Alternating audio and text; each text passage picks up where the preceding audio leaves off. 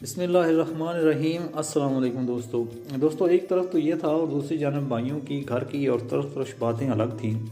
اس کے علاوہ بھابھیوں کے روز روز کے تانے تشنے اس کی برداشت سے باہر ہوتے جا رہے تھے۔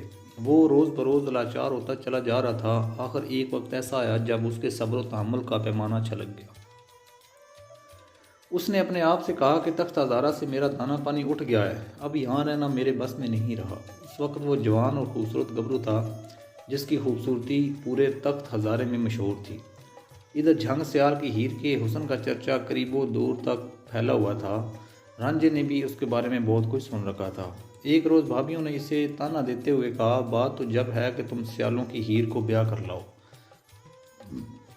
بھابھیوں کا یہ تانا رانجھے کے دل میں بیٹھ گیا تھا۔ آخر وہ گھڑی بھی آن پہنچی جب اس کا دل تخت ہزارے سے بالکل اچاٹ ہو گیا۔ اس نے اپنی محبوب بانسری ہاتھ میں پکڑی، کمبل کاندھے پر ڈالا، گھر پر الوداعی نظریں ڈالیں اور پکا ارادہ لے کر چل کھڑا ہوا۔ اس کی بھرپور جوانی اور اس پر گردن تک سر کے پٹے لہرا لہرا کر اسے اور بھی حسین بنا رہے تھے۔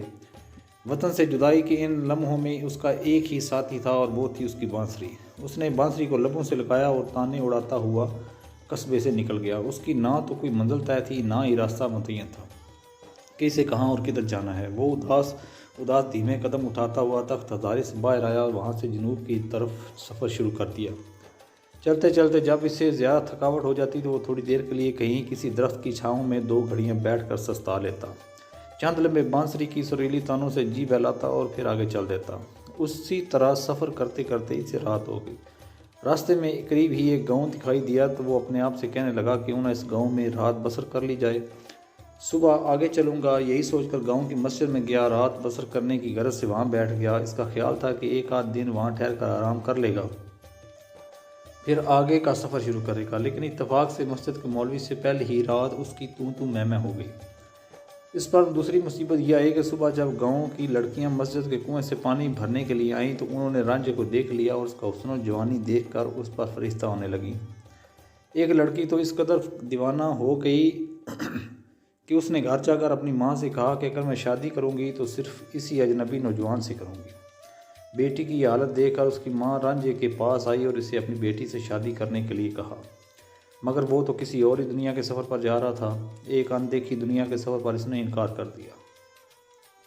عورت تو چلی گئی لیکن رانجھا دل میں سوچنے لگا کہ یہاں رہا تو یقیناً کسی نہ کسی مشکل سے دوچار ہو جائے گا۔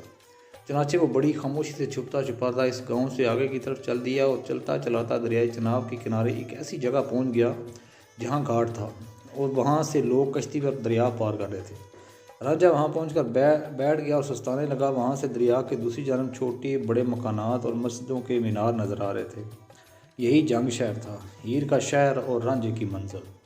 تھوڑی دیر بیٹھنے کے بعد اس نے بانسری منہ سے لگائی اور کوئی راگ چھیڑ دیا۔ ایک تو بانسری کی سریلی آواز اور پھر راگ کی دلکشی اچھی تھی کہ درختوں پر بیٹھے ہوئے پنچھی بھی مست ہو گئے۔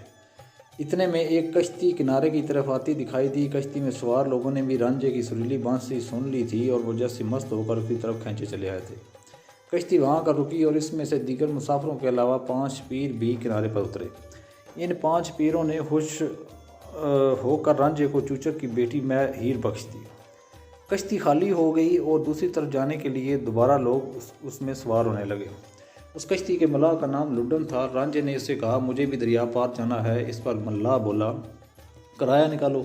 مگر رانجھے کے پاس پیسے کہاں تھے؟ اس نے جواب دیا، میرے پاس پیسے نہیں ہیں، اگر تم نہیں لے جاتے تو نہ لے جاؤ، میں تیر کے دریا پار کر لوں گا۔ یہ سن کر مسافروں نے لڈن کو سمجھایا کہ بیچارے کو لے چلو، تمہارا کیا نقصان ہے۔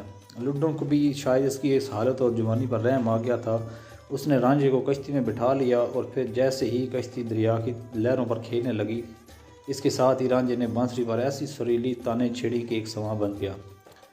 جو لوگ کشتی میں سوار تھے وہ اس قدر محو ہو گئے تھے کہ انہیں پتہ بھی نہ چلا کہ کب دوسرے کنارے پر پہنچ گئے۔ لڈن بھی اس سے بہت خوش تھا۔ اس کشتی میں سے ایک رنگین پلنگ بچھا ہوا تھا۔ جب سب مسافر اتر گئے تو رانجھے نے لڈن سے پوچھا، یہ پلنگ کس کا ہے؟ جواب میں لڈن نے بتایا، یہ مہر چوچک کی لاڈلی بیٹی ہیر کا پلنگ ہے اور یہ کشتی بھی اسی کی ہے۔ وہ کبھی کبھی اس میں بیٹھ کر دریا کی سیر کرتی ہے۔ رانجھا سفر سے تھکا ہوا تھا، پھر اس کی کوئی مخصوص منزل تو تھی ہی نہیں۔ اس نے بھی یہ دیکھا کہ بانسری سن کر ملاح لڈن اس پر مہربان ہو چکا تھا، لہذا سوچا کیوں نہ کچھ دیر اس پلنگ پر آرام کر لوں۔ یہی سوچ کر اس نے لڈن سے منت سماجت کے لہجے میں کہا، اگر تم اجازت دو تو میں تھوڑی دیر کے لیے اس پلنگ پر لیٹ جاؤں، بہت زیادہ تھکا ہوا ہوں۔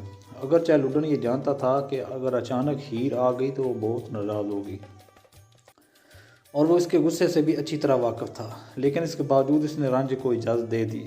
رانجھا پلنگ پر لیٹ گیا، پیدل سفر کر کے تھکا ہوا تو تھا ہی، لیٹتے ہی گہری نیند سو گیا۔